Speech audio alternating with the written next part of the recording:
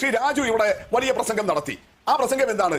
ഈ LDF government ആകെ അഴിമതിക്കാരാണ്, കള്ളന്മാരാണ്, ഇവർ ഏത് പ്രൊജക്ട് ഉണ്ടെങ്കിലും പിന്നെ തട്ടിപ്പ് നടത്തുന്നവരാണ്. അതുകൊണ്ട് ശ്രീ രാജുവിന് അത് പറയാൻ തോന്നുന്നത്, ശ്രീ രാജുവും അദ്ദേഹത്തിന്റെ പാർട്ടിയും അധികാരത്തിൽ ഇരിക്കുമ്പോൾ അങ്ങനെയാണ് ചെയ്യുന്നത്. ഏതെങ്കിലും പ്രൊജക്ടുകൾ ഉണ്ടാക്കും, അതിന്റെ ഭാഗമായിട്ട് കമ്മീഷൻ വാങ്ങിക്കും. അത് അവരുടെ രീതിയായിരുന്നു. അതുകൊണ്ട് അവരുടെ ധാരണ എല്ലാ പാർട്ടികളും അങ്ങനെയാണ്, ഭരണത്തിൽ വരുന്ന എല്ലാ മന്ത്രിമാരും അങ്ങനെയാണ് എന്നാണ്.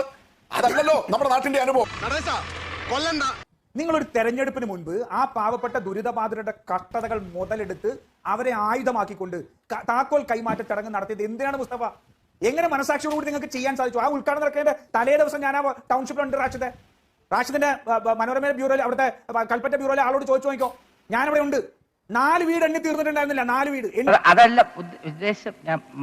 773 കോടി രൂപ സർക്കാരിന്റെ CMDRFിലേക്ക്, മുഖ്യമന്ത്രി CMDRFിലേക്ക് വന്നതിൽ നിന്ന് പണത്തിൽ നിന്നല്ല ടൗൺഷിപ്പ് പണിയുന്നത്. ആ ടൗൺഷിപ്പ് പണിയുന്നത് അതിൽ നിന്നല്ല. അതിന് പകരം അവിടെ PIUവിൽ ഫണ്ട് വന്നു. കർണാടക സർക്കാർ കൊടുത്ത 20 കോടി വന്നത് PIUവിന്റെ അങ്കമാലിയിലെ കാനറ ബാങ്കിലെ അക്കൗണ്ടിലാണ്. ആ പൈസ എന്തു ചെയ്തു?